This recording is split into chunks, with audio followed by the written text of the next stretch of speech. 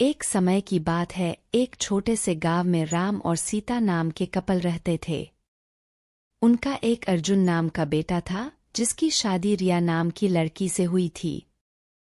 राम और सीता कड़ी मेहनत करते थे और अपने बुढ़ापे के लिए पैसे बचाते। रिया बहुत लालची लड़की थी और हमेशा अपने लिए और चीजें चाहती थी। जैसे जैसे साल बीतता गया, रिया का लालच और बढ़ता गया। वह अपने पास रखे चीजों से कभी संतुष्ट नहीं रहती थी। वह हमेशा अपने सास-ससुर से महंगे तोहफे मांगा करती थी और उनके बचाए हुए पैसों में से भी कुछ हिस्सा अपने लिए मांगती थी। राम और सीता बहुत ही अच्छे पेरेंट्स थे, इसलिए उसकी सारी जरूरतों को पूरा करते थे ताकि परिवार में शांति बनी रहे। वह अपने पति अर्जुन के ऊपर भी दबाव डालती थी कि वह अपने माँ बाप से पैसे और संपत्ति मांगे। वह बहुत ज्यादा संपत्ति इकट्ठा करना चाहती थी, बिना किसी मेहनत के। एक दिन राम और सीता ने यह फैसला लिया कि वह रिया को सबक सिखाएंगे। वह उसे बुलाते हैं और बोलते हैं कि बेटा, हमें तुमसे कुछ जरूरी बातें करनी है। हमने यह फैसला लिया है कि हम अपनी जायदाद का कुछ हिस्सा अपने बच्चों में बांटेंगे और उसका कुछ हिस्सा तुम्हें भी देना चाहते हैं।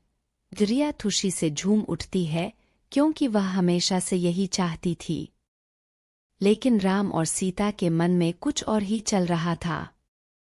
उन्होंने एक पत्थरों से भरा हुआ बैग उसे दे दिया और बोला, बेटी, यह तुम्हारे हिस्से की संपत्ति है।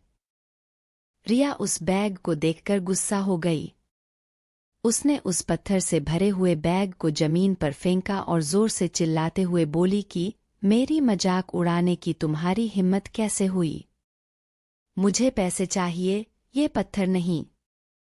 राम और सीता ने शांत तरीके से उसे समझाया और बोले, रिया, सच्ची संपत्ति सिर्फ पैसे और चीजों के बारे में नहीं है। यह प्यार, दया और जो कुछ भी तुम्हारे पास है, उसके लिए आभारी होने के बारे में है। हमने हमेशा तुमसे प्यार किया है और तुम्हारी देखभाल की है, और यह पैसों से भी अधिक कीमती है। रिया को एहसास हुआ कि वह लालच में कितनी अंधी हो गई थी।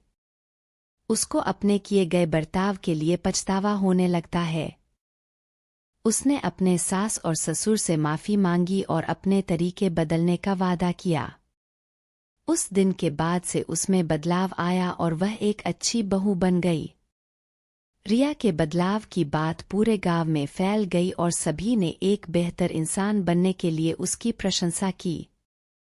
रिया अपने परिवार का ख्याल रखते हुए और उनके बीच मिले प्यार के लिए आभारी होकर हमेशा खुश रहने लगी।